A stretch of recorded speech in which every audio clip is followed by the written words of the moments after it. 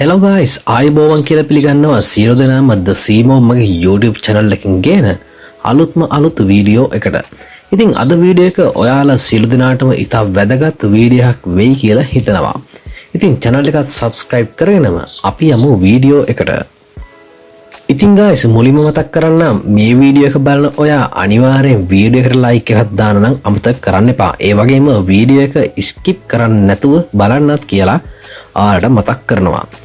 ඉතින් පසුගිය කාලේ ඉත අපහසු කාලයක් වෙන්නේ නැති සියලු දෙනාට මං එහෙම කියන්නේ මේ වීඩියෝ එක බලන ඔයාලා ඔක්කොමලා ඊශ්‍රායල් රැකියා හීනෙන් ඉන්න අය වෙන්න ඕනි කියලා හිතාගෙන.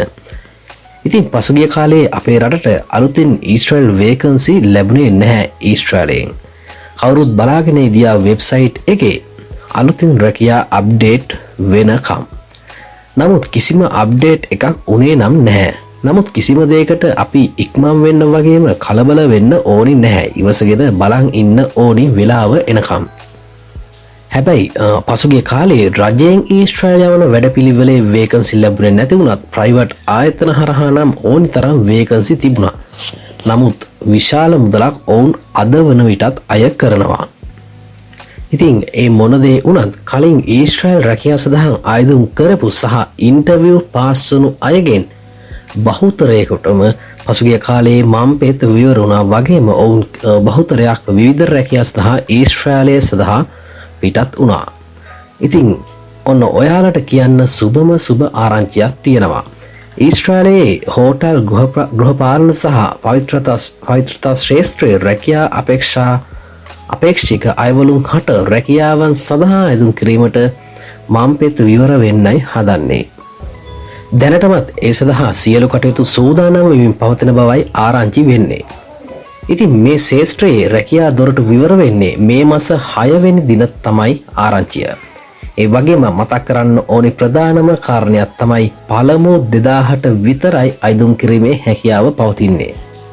ඒ නිසා ඔයාලා අපි එක්කම අප්ඩේට් එකේ ඉන්න කියලාත් මතක් කරනවා. ඉතින් ඊළඟ ප්‍රශ්නය තමයි කොහොමද මේ සඳහා අයදුම් කරන්නේ කියන එක. ශ්‍රී ලංකා විදේශ සේවා නියුක්ති කාර්යාංශයේ නිල වෙබ් අඩවියෙන් තමයි රැකියා සඳහා අයදුම් කිරීමට පුළුවන් වෙන්නේ. ඒ කොහොමද කියලා අප්ඩේට් එක අනිවාර්යයෙන්ම අපි ඔයාලට අරන් එනවා. අපිව subscribe කරලා bell icon එකත් all කරලම තියාගන්න කියලා නැවතත් ඔයාලට මතක් කරනවා. ඉතින් ඊළඟට එන ප්‍රධානම ප්‍රශ්නේ තමයි මොනවද මේ සඳහා අවශ්‍ය වන සුදුසුකම් කියලා. ඉතින් මම දල වශයෙන් කියන්නම් හෝටල් ශේෂ්ත්‍රයේ පළපුරුද්ද අනිවාර්යෙන් එයාලා බලනවා. ඒ වගේම ඉංග්‍රීසි භාෂා දැනුමත් අනිවාර්යයෙන්ම අවශ්‍ය වේවි. ඉතින් මේ ශේෂ්ත්‍රයේ රැකියා අයදුම් කරුවන් ඒ සුදුසුකම් හදාගෙන රෙඩි වෙලා ඉන්න කියලාත් මතක් කරනවා. ඉතින් guys මේ හැම සුදුසුකම්ම අයදුම් කරන දිනයට එනම් 6 වෙනි දින අවශ්‍ය නැහැ. හැබැයි ඉන්ටර්විව් සඳහා ඒවා අනිවාර්යෙන් අවශ්‍ය වෙන බව මතක තියාගන්න. ඒ වගේම මතක් කරන්නම් වෙනත් ශේෂ්ත්‍රයක රැකියා අයදුම් කරුවන් නැත්නම් අපේක්ෂිත අයදුම් කරුවන් දුක් වෙන්න එපා. මේ එක්කම ඔයාලටත් රැකියා අයදුම්පත් අනිවාර්යයෙන්ම ළඟදිම එනවා.